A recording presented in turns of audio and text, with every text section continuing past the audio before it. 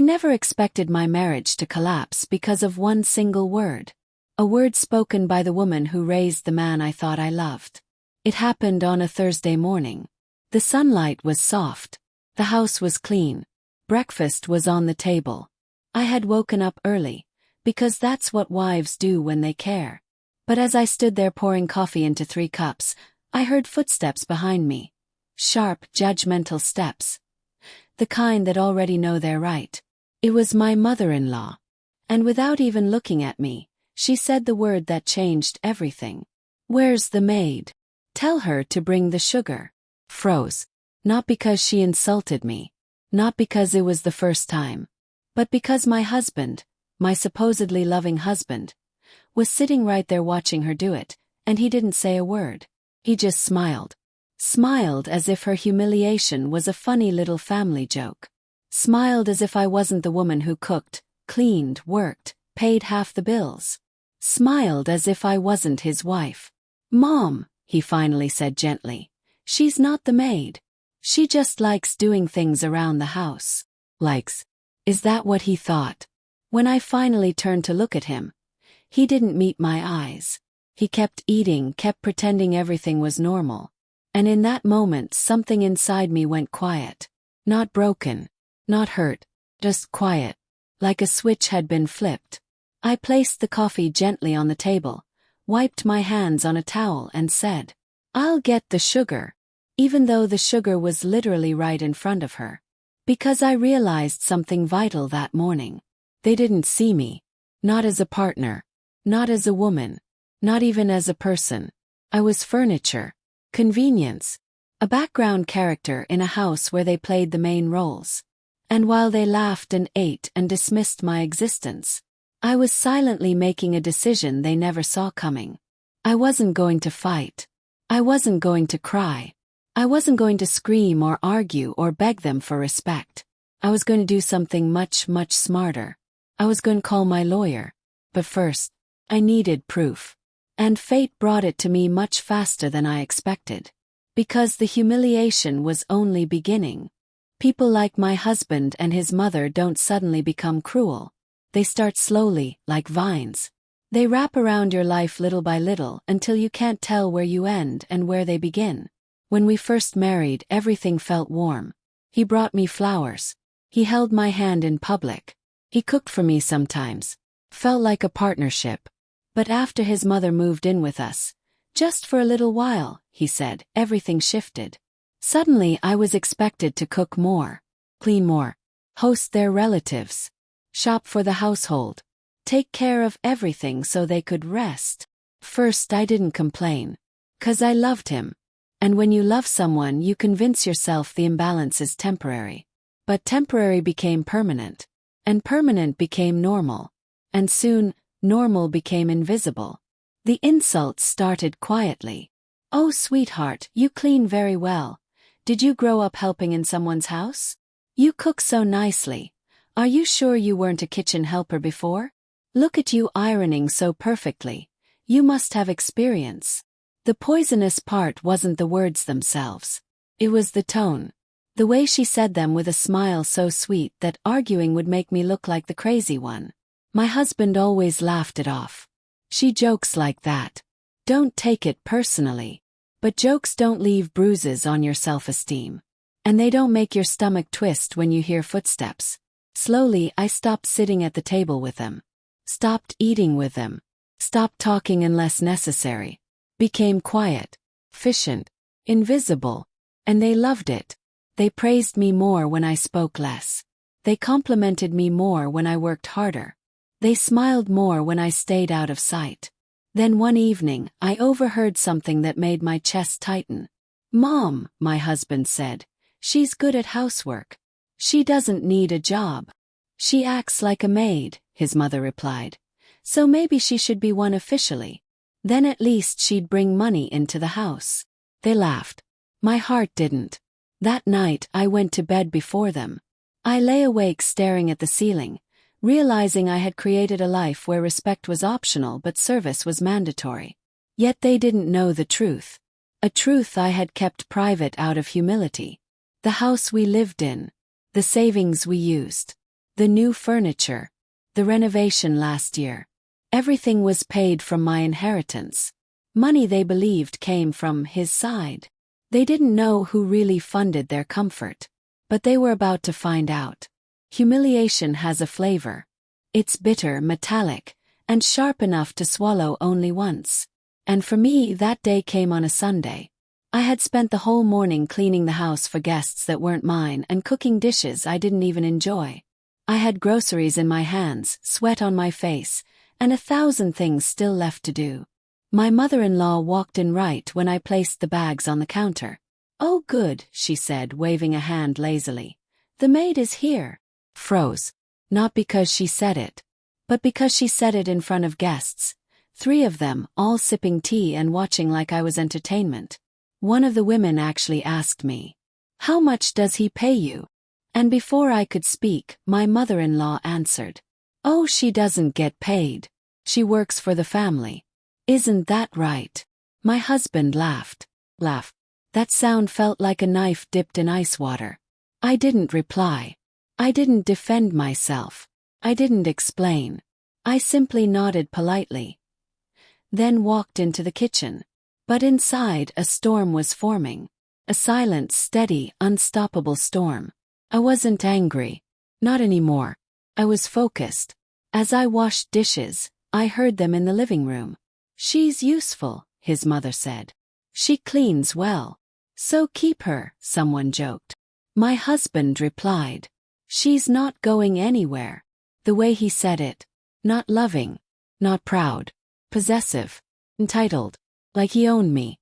At that exact moment, something clicked inside me so loudly I could swear the whole house heard it. I no longer wanted to fix anything. I no longer wanted to be patient. I no longer cared about keeping the peace. I wanted justice. Not revenge. Justice. But justice required evidence. And she gave it to me willingly. When the guests left, she cornered me in the kitchen. "You should be grateful," she said. "At least we let you stay here. At least we give you a purpose.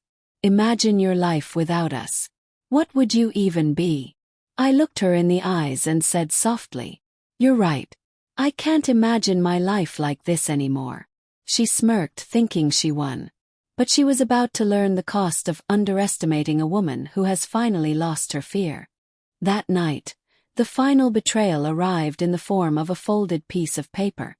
While I was folding laundry in our bedroom, I heard my husband speaking on the phone. "No, she won't leave," he said. "She won't risk losing the house. She thinks it's in my name. She won't do anything."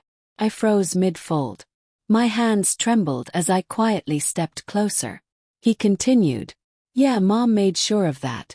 She told her we needed to switch the paperwork for tax reasons. The idiot believed it. I felt my pulse in my ears. Switch the paperwork. Oh, impossible. A year ago, they insisted we update the documents. They said it was to get discounts on property taxes. I was busy with work, tired, overwhelmed, and I trusted him. I signed whatever they asked. My heartbeat slowed as a horrifying thought entered my mind. Had they tricked me into signing over my house?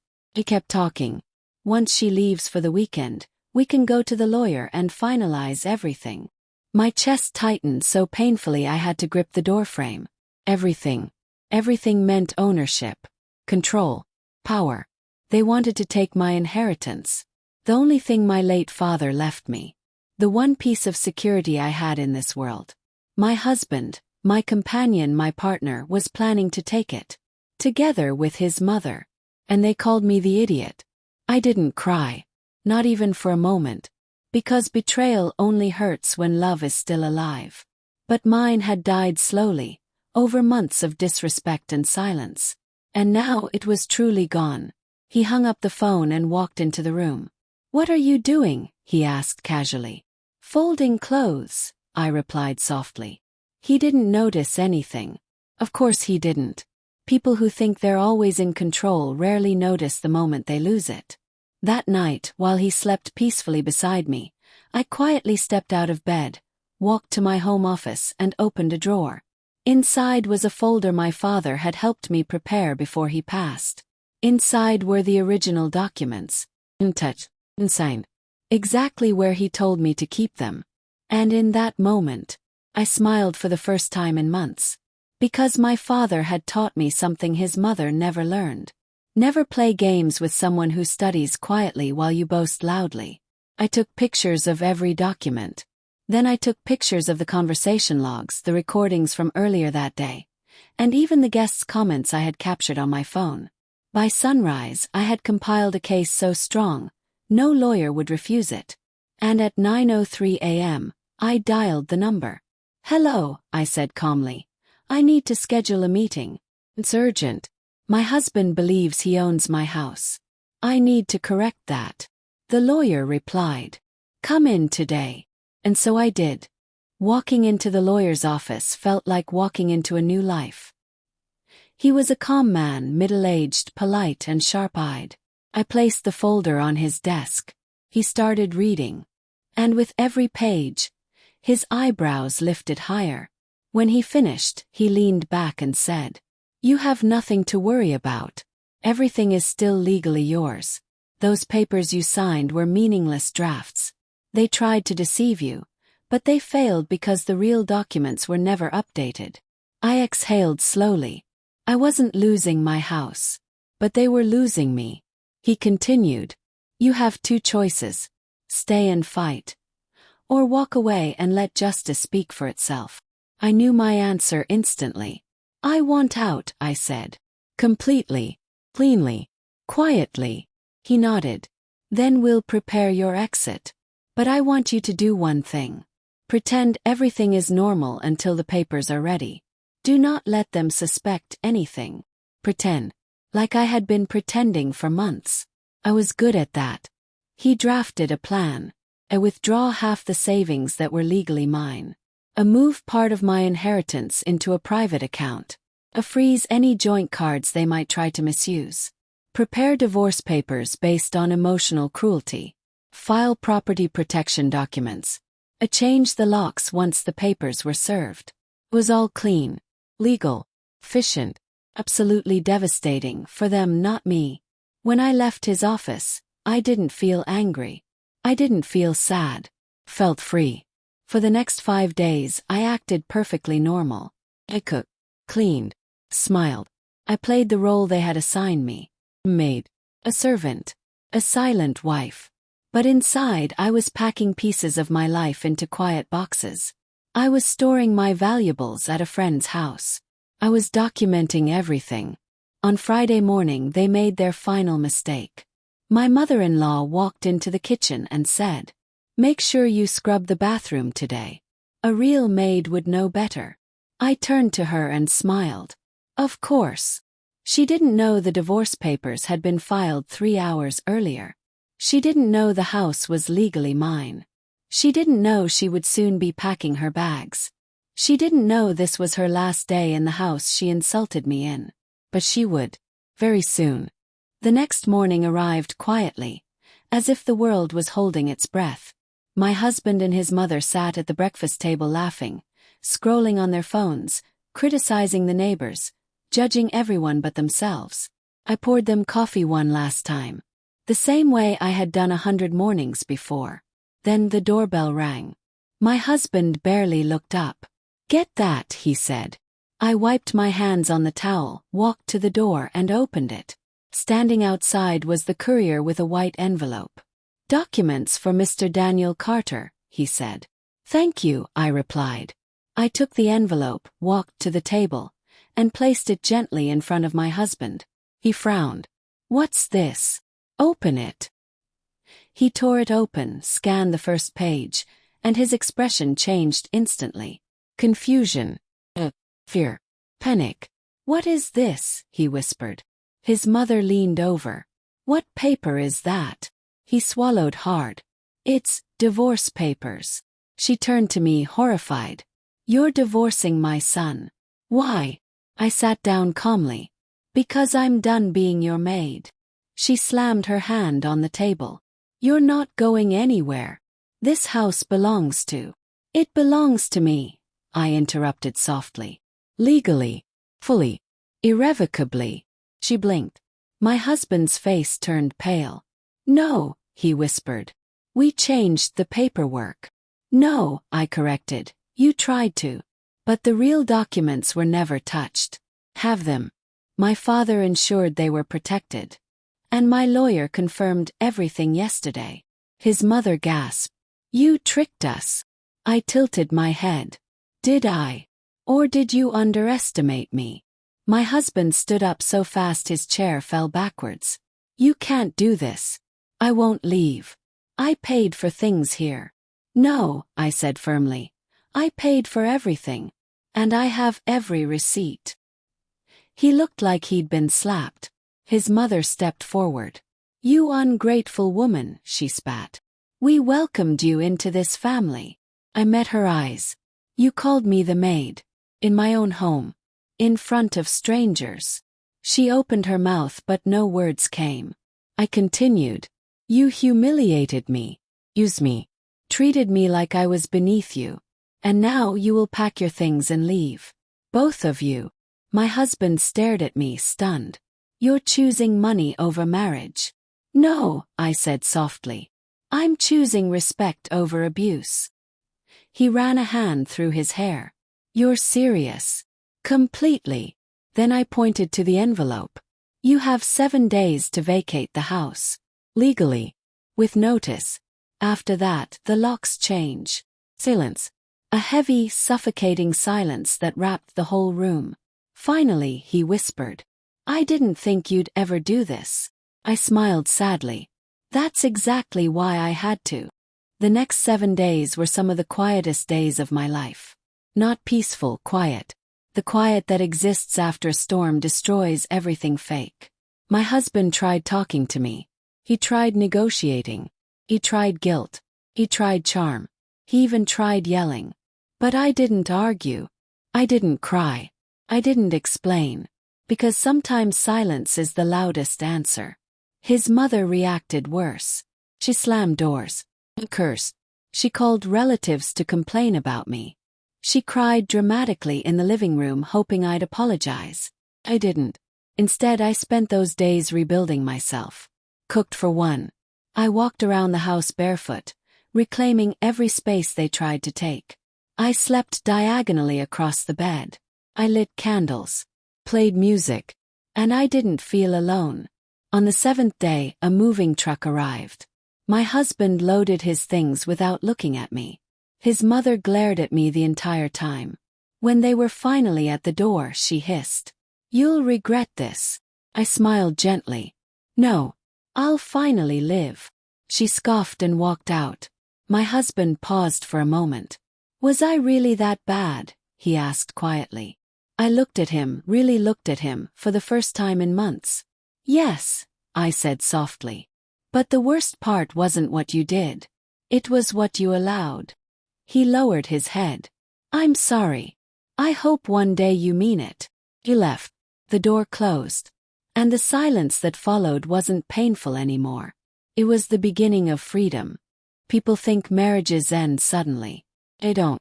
Marriages end quietly. Which I suppose is fitting. Because disrespect rarely arrives with shouting.